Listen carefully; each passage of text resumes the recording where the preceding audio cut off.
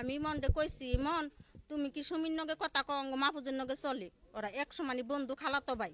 ইমনের মায় আমাকে বোন।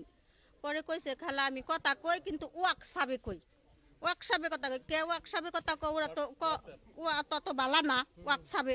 তো তোমার কি এলো সুমির কাছে তোমার কোনো প্রমাণ সরমান আছে? কয় হেসে মার রাও করে না। আমি টেলা কই মাছে তরকারিটা ভাত খাবার দিছি দুজন, ওরেও আমার ছেলেরেও। তারপরে আমি আবার শুনছি ফুরুস ফুরুস।